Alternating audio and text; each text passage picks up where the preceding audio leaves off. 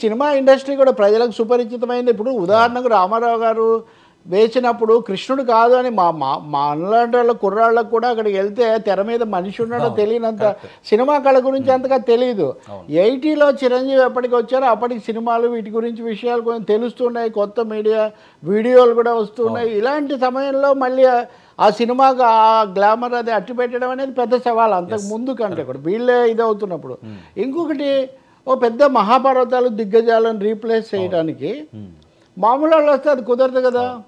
చిరంజీవిని భారతదేశపు భావి పౌరులం, బాధ్యతను ఎరిగి పెరిగే వాళ్ళం, భావితరానికి పునాది రాళ్ళం అని పునాది రాళ్ళు సినిమాలో వేసినప్పుడు చాలా హుషారుగా ఉన్నాడు అనుకున్నారు. అది నిజంగా ఆయన బాధ్యతను ఎరిగి పెరిగే వాళ్ళం అనే పాటలో చరణం ఆయనకు పూర్తిగా వర్తిస్తుంది. ఆ బాధ్యత ఎప్పుడు మర్చిపోకుండా ఉంటాం. మన ఊరి పాండవుల్లో మీరు మురళీమోహన్తో చేసినప్పుడు అప్పుడు మేము చూసి ఆవేశపరుడు అనేవాడు చిరంజీవి అనేవాళ్ళం కాదు.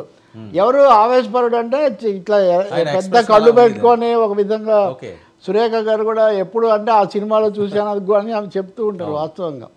ఇంకా మూడోది ఆడపిల్లకు ఈడొస్తే జోడు కోసం ఏడిస్తే ఈడు జోలపాడే బల్మొనగాడు ఒకడు కావాలి మొగుడు కావాలి చూసిన తర్వాత ఇంక అయిపోయింది. ఒక మాస్ హీరో వచ్చాడని అర్థమైంది. సో నేను అప్సరాలో చూసి నా పక్కన డాక్టర్ బ్రహ్మారెడ్డి ఉన్నాడు.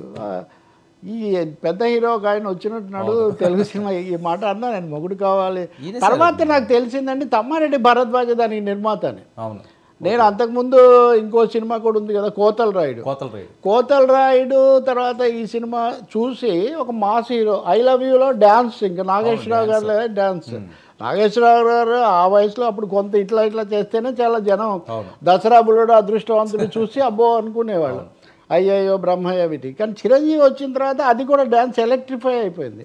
సో ఇన్ని లక్షణాలున్న తీసుకోవడానికి నేనేమన్నా ఇదే అని అన్నట్టుగా అన్నింటితో ఆయన వచ్చేసేసరి సార్ ఇండస్ట్రీకి చిరంజీవి ముందు చిరంజీవి తర్వాత అన్నట్టుగా తయారైందేమో.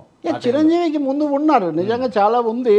ఒక్కసారిగా ఒక 3-4 లేదా ఒక హాఫ్ ఏ డజన్ ఇయర్స్ అర డజన్ సంవత్సరాలు చిరంజీవే ఇక రికార్డులు చిరంజీవే. అది ఖైదీలు అయిపోయారు జనం చిరంజీవి అభిమానం. ఆయన ఖైదీ అవటం కాదు, ప్రజలు ఆయన కరిష్మాకు ఆయన నృత్యాలకు వీటన్నిటికి కూడా. ఇంకొకటి ఏమో గొప్పగా ఇమిడిపోయాడు కదా.